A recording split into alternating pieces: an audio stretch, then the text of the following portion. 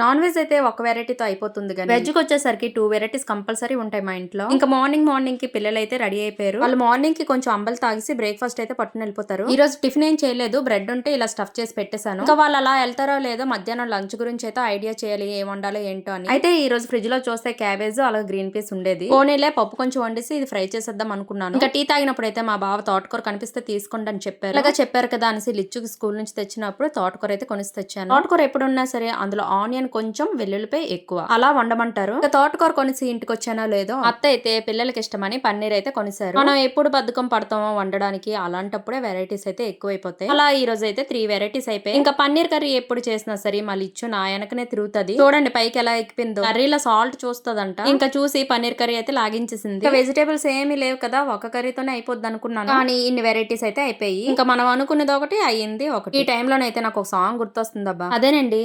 అనుకున్నదొక్కటి అయినది ఒక్కటి బోల్తా కొట్టిందిలే బుల్బుల్ పిట్ట. మనం అనుకున్నది బోల్తా కొట్టినా సరే ఈ రోజైతే ఇన్ని రకాలతో సంతృప్తి భోజనం. మళ్ళీ నెక్స్ట్ వీడియోలో అయితే కలుద్దాం. అంతవరకు బాయ్ బాయ్. ఇంతకీ వెజిటేరియన్ నచ్చితే లైక్ కొట్టండి.